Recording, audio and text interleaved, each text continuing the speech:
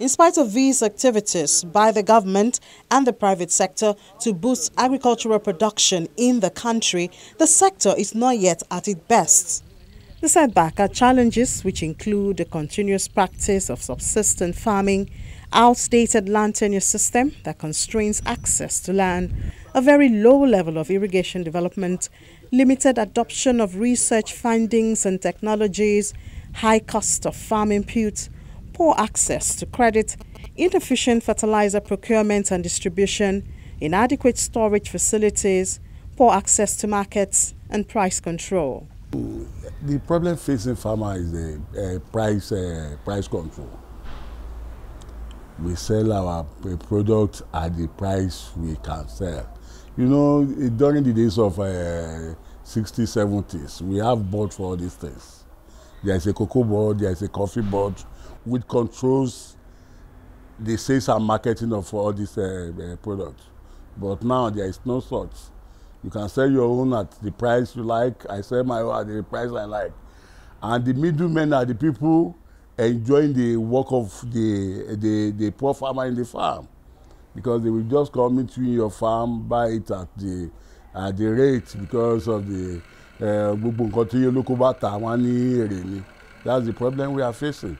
But if government can come to our aid, like say buying whatever we produce at the price that this local government, if you produce cassava this year, this amount we are buying, this local government, this amount we are buying. You know, it will ginger the youth to come into farming business. You see, the problem facing farmers is many. It's many. Some of the farmers want to expand. There is no equipment to expand. If you want to, even if you are on 5 hectares this year, next year you want to go into 10 hectares. You know, you have to employ more hands. But the bulldozer per day is about 60 or 70,000 naira per day. And to bulldoze, to clear about 10 hectares, the bulldozer will use 3 to 4 days. After that, you buy diesel. Then you pay for the loader who will take the bulldozer to the site. So where the farmer get all that money? But if government can come to our aid, at least to clear the land for us at a minimized rate, so that the farmers can be paying this money gradually, maybe yearly, when they are producing. To plow a acre now is about 8,000 to 9,000 naira in some areas. If you're having 100 acres, you know how much that one means. Where will you get the money? You understand? We don't have enough tools to work. Government should come to that area. And secondly, we don't have good road to our farm. You understand? We don't have good road. The road to our farm is very, very bad. You understand me? Then secondly, this Fulani Boro problem is giving us an active problem.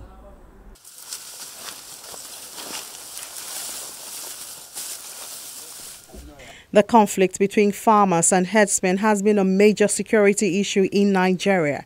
The Global Terrorism Index records that attacks on villages, mostly occupied by farmers, led to the death of about 80 people in total from 2010 to 2013, then about 1,229 in 2014. Most deaths occurred in Benue, Kaduna, Nasarawa, Plateau, and Taraba states.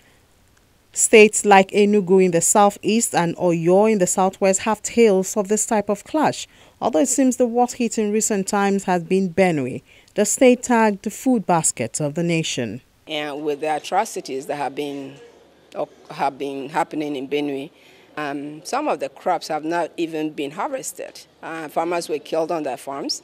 There was already threat of food shortage. And this announcement was made by World Bank in 2016.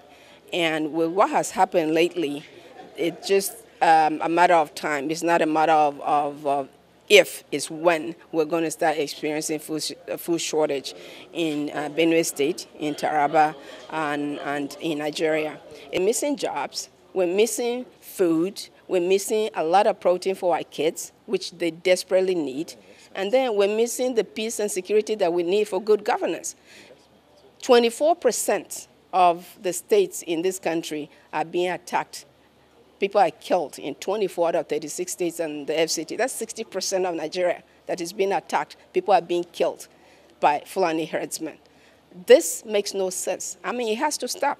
Now, if we're not careful, this food shortage, we're already trying to reduce the food that we're importing. Now we're going to turn around and import more foods. It's going to affect the forex. We've been fighting those things. So the things that we have been fighting to improve our economy, all that work is going to, be wasted if we do not ranch. Every other country is ranching except Nigeria. If you try to find out the number of cattle all over the world, you can't find it. Can't find it in Nigeria. You have to ranch to be able to count the number of livestock that you have. So ranching is the only way. There's no other way to peace and security, to job creation, to reducing the stunting and the malnutrition that is all over Nigeria. As a way of solving this problem, Oyo State government prefers a system which engages not only the two parties, but also the corporate world. Is to establish a relationship around the Okeogun, that is Oyo North part of Oyo State, where herders are settled. Their wives, who are traditionally milk producers, are encouraged to produce milk, which they supply to the company. The company, in the last 2 years that we started, I signed the MOU with them, have established 5 collection centers around Okeogun, Shaki, Isenyi, and so many, where fresh milk is picked on a daily basis in tankers and driven to their factory in Lagos. There are stainless steel tanks that contain milk that are ferried regularly to the factory as raw material. The indigenous community now has also been encouraged at the instigation of the state government to produce fodder, that is feed, to the cattle over there in order to improve the quantity and the quality of the milk that they produce. Of course, with a lot of support from the partners. We have under cultivation specialized imported fodder that is grown, covering about 200 hectares of land. So it's a mutually beneficial relationship where the indigenous people produce the feed, the cattle from the Fulani community, the cattleman buys the feed to, substitute for the general free-range thing that they have, and then the milk producer is also able to produce. So the partnership was able to provide them with specialized, containers with which to store the milk, built facilities for them. Of course, under all this arrangement, there's what they call corporate social responsibility. Boreholes, built water tanks. In some places, electricity was provided to ease movement from one point to the other in order for the milk not to get bad or contaminated. We provided motorcycles for them. You see, the problem we are having with this Fulani, the Fulani we have been living with before, they are not the Fulani causing problem.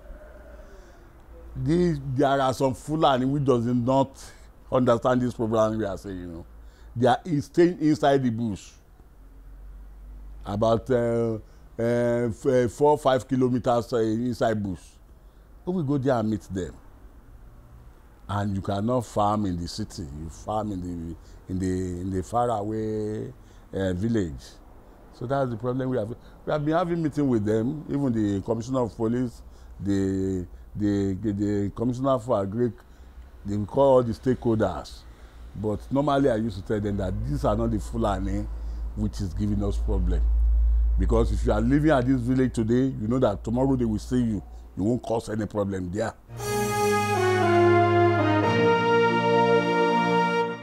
another side to the story of agricultural production in Nigeria, which requires attention, is the adding of value to the produce. This sector would not just boost the economy, but possibly increase foreign income, and also it has the capacity to employ hundreds of labor. Well, that's our story. Don't forget that you can watch Big Story whenever you want on our YouTube channel and leave a comment on our social media platforms. Thank you for watching. I'm Ini John Mekwa.